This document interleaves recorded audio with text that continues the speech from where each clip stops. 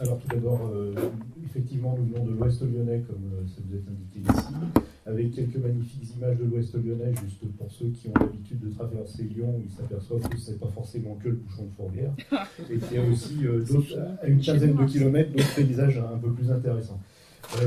Plus sérieusement, sur la diapo suivante, vous devez avoir une carte du territoire. Donc le syndicat de l'Ouest lyonnais, c'est un syndicat mixte qui regroupe 4 communautés de communes qui ont des habitudes de travail ensemble depuis une vingtaine d'années environ, qui sont partis d'un projet de territoire qui a débouché sur un schéma de cohérence territoriale, donc qui est porté à cette échelle-là. C'est 44 communes, environ 120 000 habitants, mais on n'est peut-être pas très loin des 130 aujourd'hui. Alors là, le sujet de la transition énergétique, il n'est pas forcément habité et porté depuis très longtemps. La démarche a débuté en 2013 avec un PCET volontaire, un plan climat-énergie territorial, qui a enclenché la démarche pour ensuite se mettre dans une démarche TEPOS en 2015, territoire énergie positive.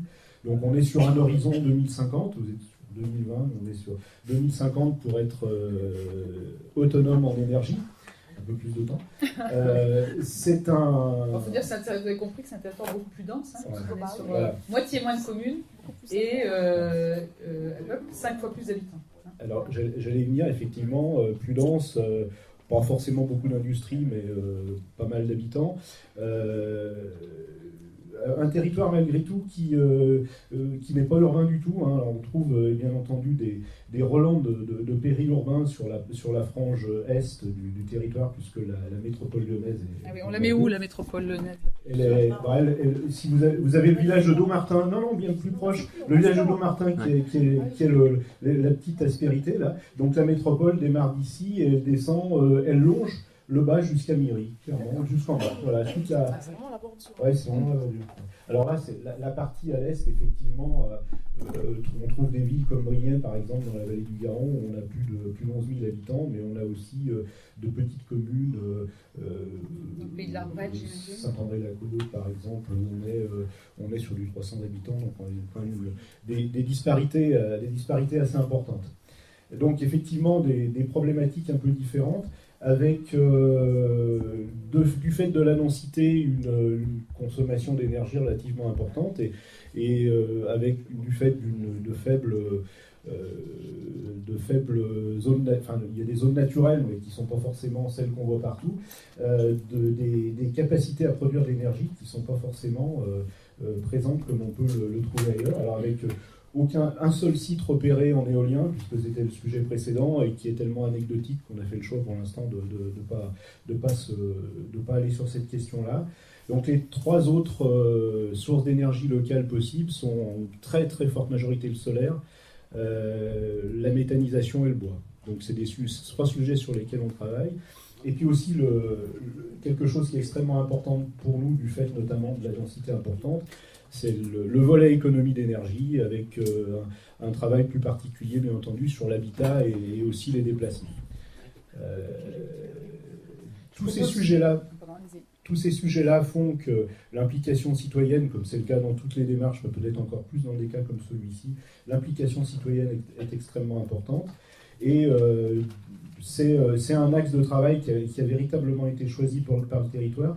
Et on voulait vous montrer quelques exemples ensuite de projets citoyens qui ont été soit menés et dont les citoyens ont été à l'origine, soit des projets qui sont nés sous l'impulsion de la collectivité avec une association des citoyens. Juste avant de venir là-dessus, simplement entre le syndicat de l'Ouest lyonnais, Daniel Manos est à la fois le président d'une des communautés de communes, la Bleue, des Vosges lyonnais, voilà, et président du syndicat mixte. C'est quand vous dites l'implication citoyenne, elle est importante pour nous. Vous parlez en tant que président avec quelle casquette? Le syndicat ou les Vallons, les deux, mon capitaine? Avec les deux, mais c'est vrai qu'en fonction des sujets, on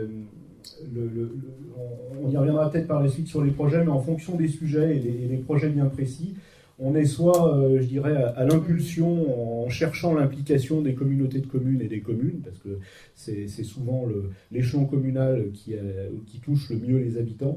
Et puis sur de la mobilisation générale, on a aussi des actions directes en direction des citoyens. Bon, Je pense notamment à des ciné-débats qu'on a pu organiser et qui ont donné suite notamment à la naissance de projets tels qu'on a quelque chose, une centrale villageoise qui est actuellement en gestation, qui est un peu issue d'un des ciné-débats qui, on pense dans un premier temps, capter et approcher les citoyens les plus engagés en se disant, ma foi, sur ceci, il n'y a plus grand-chose à faire, ils sont convaincus, mais en réalité, ils sont de formidables relais pour motiver et monter des projets.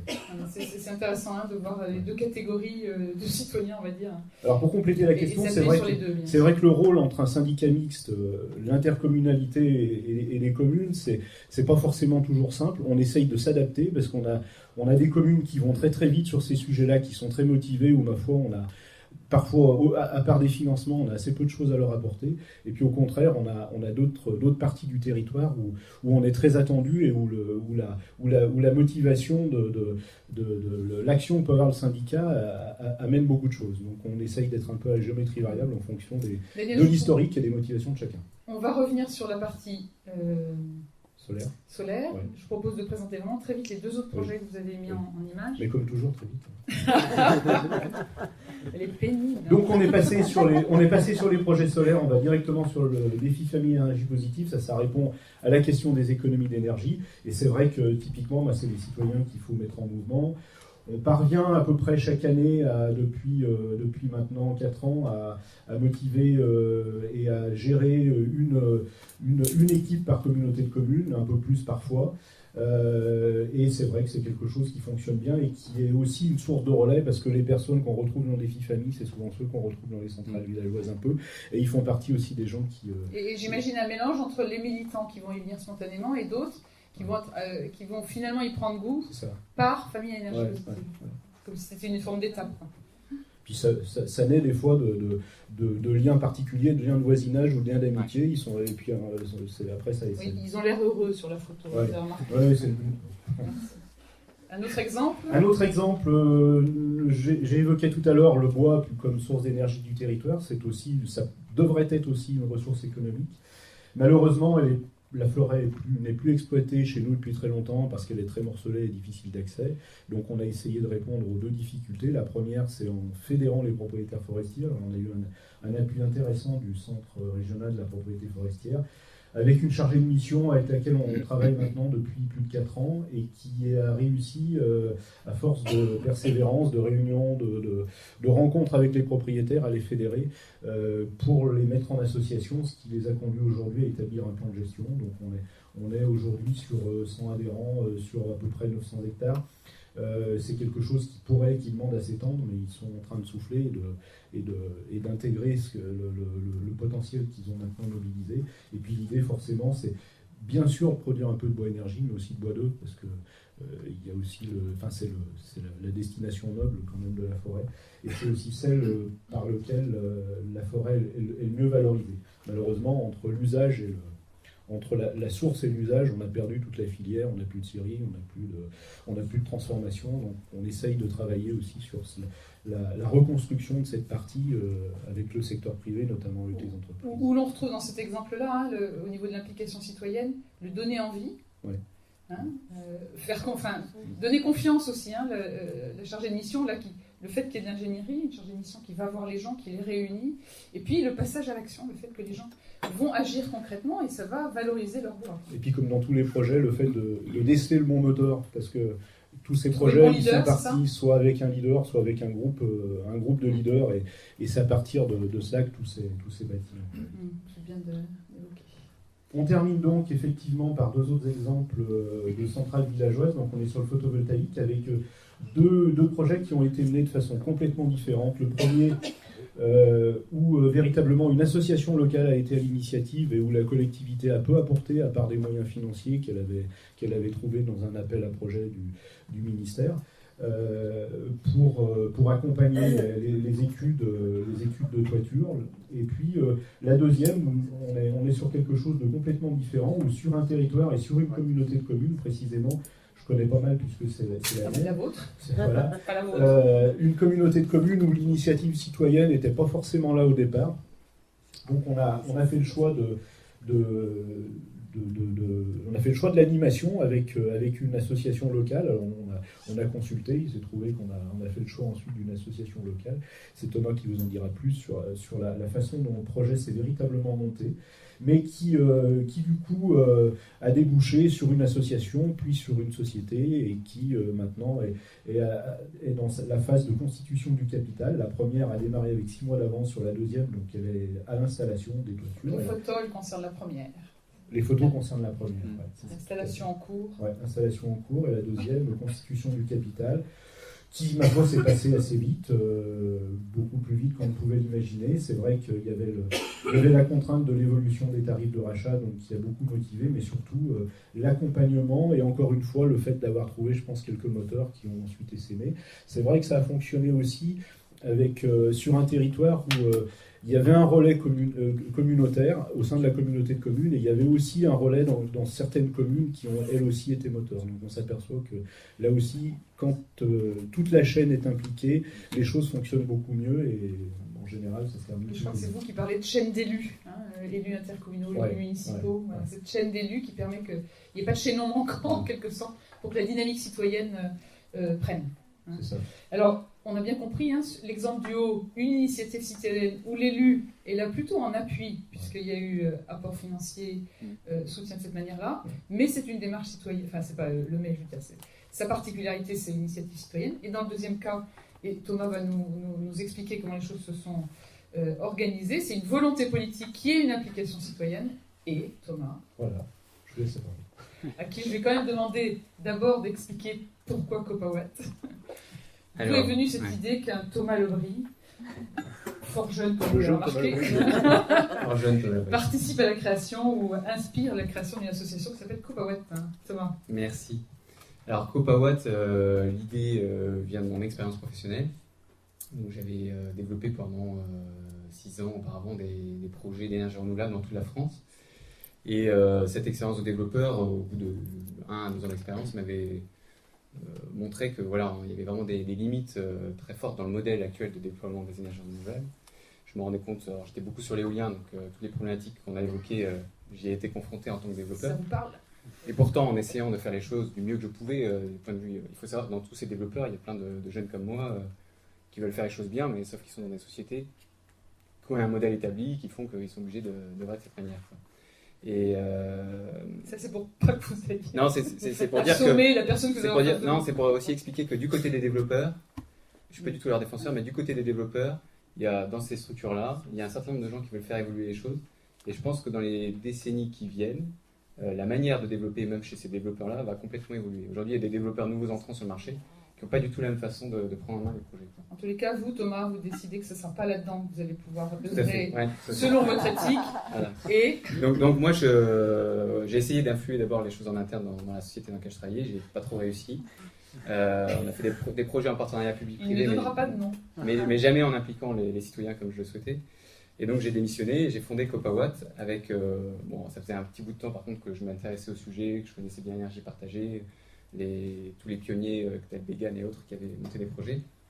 Et donc en regardant un peu comment tout ça s'était passé, je me suis dit pour que ces projets ne restent pas quelque chose de marginal en France, pour que ça change d'échelle et que ça devienne une part significative de la production d'énergie, ce qui manque c'est déjà l'impulsion de départ pour qu'il y ait des projets comme ça qui naissent sur tous les territoires. Il y a plein de territoires aujourd'hui qui n'ont pas connaissance du fait que ces modèles-là un petit peu alternatifs existent.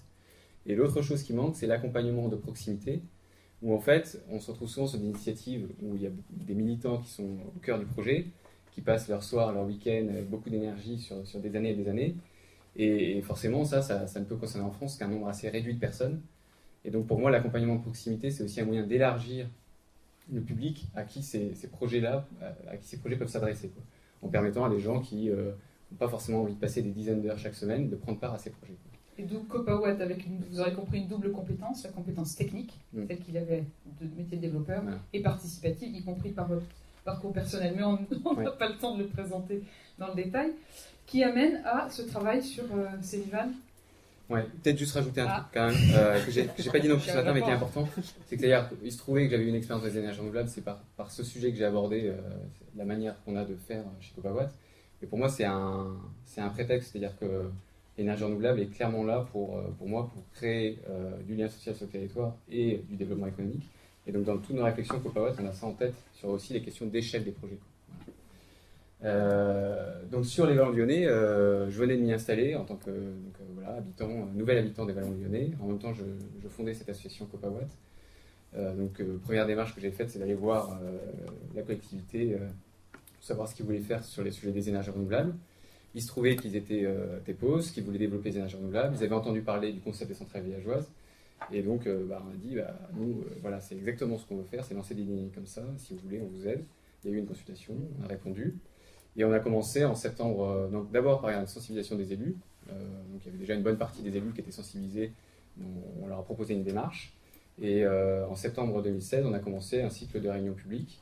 Ça n'a pas duré très longtemps, sur septembre-octobre, qui a très bien fonctionné. Donc avant ces réunions publiques, on avait sensibilisé les têtes de réseaux associatifs par des entretiens téléphoniques où on allait les voir pour s'assurer qu'il y ait une vraie participation à ces réunions. Et pendant ces réunions, on a essayé d'être dans un discours qui donnait envie, en montrant des initiatives qui avaient fonctionné ailleurs, différentes typologies de projets citoyens, sans rentrer dans les détails techniques, économiques, de choix de statut, etc. Ça, pour nous, c'est du travail qui doit arriver après. Donc on reste vraiment sur une approche très pédagogique, vulgarisée au début. Et donc cette action-là a permis de constituer en 2 mois un groupe moteur assez de gens très motivés, d'une cinquantaine donc on a touché à peu près 100 à 150 personnes, mais il y en a une cinquantaine qui étaient vraiment motivés pour porter le projet.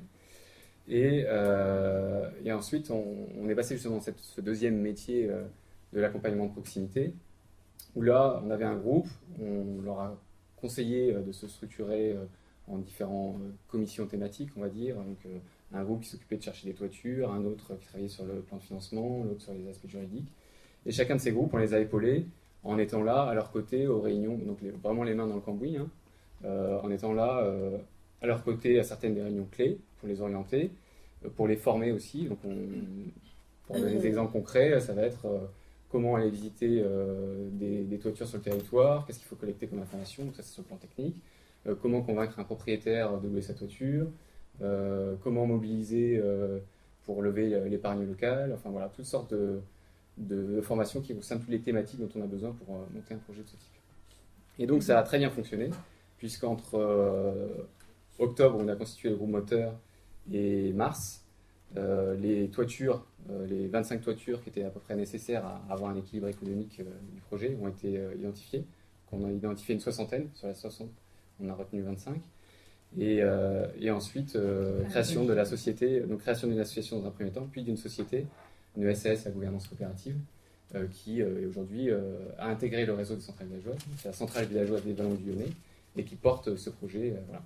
Et d'ailleurs, j'ai aussi oublié un aspect ce matin, c'est que du coup notre accompagnement s'est arrêté au moment où ce périmètre de projet a été défini, la société créée, un conseil de gestion nommé, une présidente élue, et ensuite, aujourd'hui, la centrale villageoise vole de ses propres ailes, sans nous.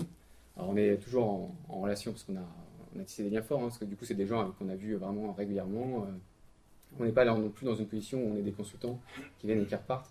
On a vraiment une relation où on connaît les gens, on fait aussi attention aux dynamiques humaines, c'est-à-dire que dans beaucoup de ces projets, on se retrouve quand même avec des gens dans les conseils de gestion ou les présidents des SAS qui peuvent avoir s'essouffler, s'éreinter à la tâche. Donc il y a aussi une question de répartition des rôles, des responsabilités au sein du groupe. Grâce au groupe de travail, y compris, j'imagine, ouais, le fait de tout à fait, ouais. répartir les espaces de réflexion. Mais c'est quelque chose qu'on doit rappeler. Alors c'est pas nous qui faisons, nous on est là pour donner des conseils, mais y compris dans ces questions humaines de répartition des responsabilités et autres, des expériences qu'on a pu voir auparavant, parce que j'avais aussi participé à un projet solaire citoyen en tant que citoyen auparavant, et voilà, donc c'est d'éviter cette concentration des responsabilités aussi sur une seule personne, qui parfois est un peu la tendance. Merci de ce témoignage. Des questions ?